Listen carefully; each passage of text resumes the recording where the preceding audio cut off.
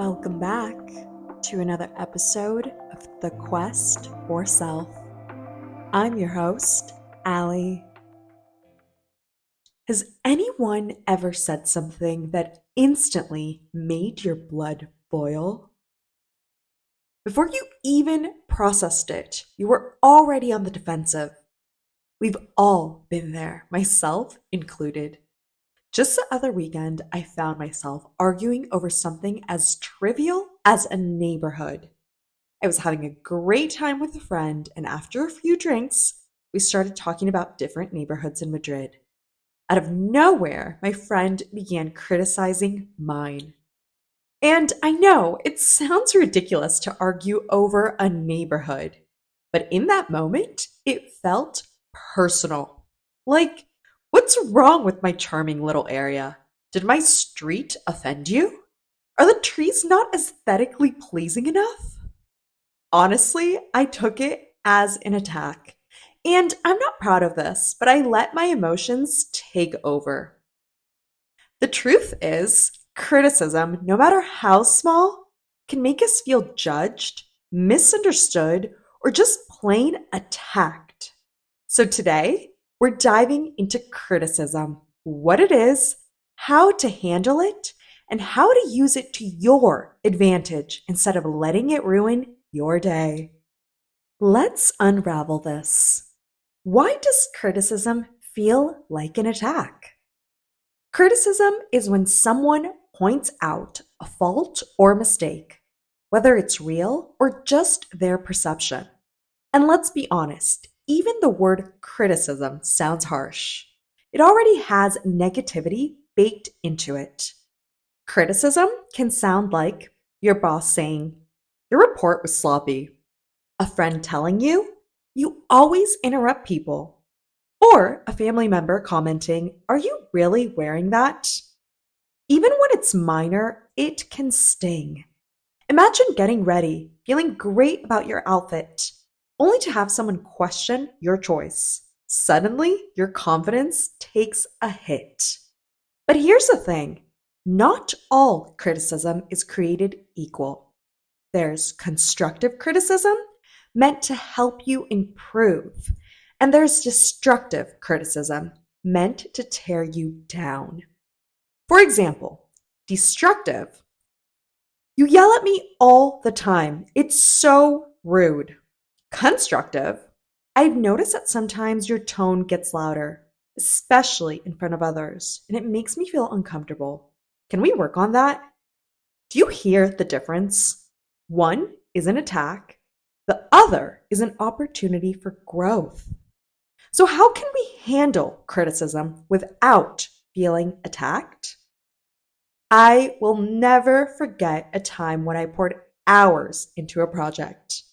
I was presenting it, expecting at least a "great job." Instead, two people immediately pointed out everything that needed improvement. In my head, I was thinking, "Excuse me? Did we not just see the same masterpiece?" But of course, I was in a professional setting. I couldn't say that. Instead, I had to stay composed, take notes, and process their feedback. Looking back, their critique had value, but in the moment, their tone made it feel like an attack. So, why do we misinterpret constructive feedback as criticism? Because it touches our ego. Our ego is a part of us that seeks validation and wants to believe we're doing things right. When someone points out a flaw or suggests an improvement, our brain perceives it as a threat to our self image, triggering a defensive response. Instead of viewing the feedback as a tool for growth, we take it personally, feeling judged or inadequate. This reaction is rooted in our need for acceptance and fear of failure. But the truth is, feedback isn't an attack. It's an opportunity to refine our skills, behaviors, and perspectives. The key is shifting our mindset from "I'm being criticized" to I'm being given a chance to improve. So here's what I've learned. There are ways to handle criticism without feeling attacked. These are some of the things that have worked for me, and I hope they work for you too. Pause before reacting. Take a deep breath and ask yourself, is this meant to hurt me or help me? Giving yourself a moment before responding can prevent knee jerk defensiveness. Find value. Even if the delivery stings, is there something useful in what they're saying? Look beyond the tone and focus on the message. Sometimes there's a lesson hidden in discomfort. Seek clarity. If the feedback is vague or feels unfair, ask, can you give me an example? Understanding specifics can help you process the critique objectively. Acknowledge and adapt. Feedback isn't a sign of failure, it's a tool for growth. Instead of dismissing it, consider how you can use it to improve. Separate feedback from self worth. Criticism does not define you. If feedback feels like an attack, remind yourself this is about a behavior or skill, not my value as a person. Of course, knowing this and actually practicing it are two different things. I've seen firsthand how difficult it could be to separate feedback from personal identity, both in myself and in others. Let's talk about a friend who can't handle criticism. Maybe you know someone like this, or maybe, if you're being really honest, you've been this person before. I have a friend who, for the past couple of months, gets very defensive whenever we go out and she drinks a little too much. She'll sit off in a corner on her phone, and if someone encourages her to join the group, she immediately gets snappy. We've tried to just ignore it, but honestly, it's exhausting.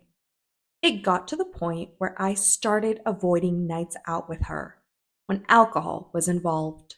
So I had to tell her. One night over dinner, I said, I love hanging out with you, but when you drink, things always seem to go south. Is there something deeper going on? Of course, she took it as an attack. My intention wasn't to criticize, but to help. The conversation got tense, and I had to drop it before it turned into an argument. It was frustrating because I really care about her. But I also know that you can't help someone who isn't ready to receive feedback. And that's when it hit me. A few years ago, I was just like her. My journey from defensiveness to growth. 5 or 6 years ago, I took everything personally. I'd argue over the smallest things. I lashed out at people I loved, said hurtful things, and refused to see my own flaws. My family and friends became afraid to give me feedback because they knew I'd react badly. Eventually, I hit a breaking point.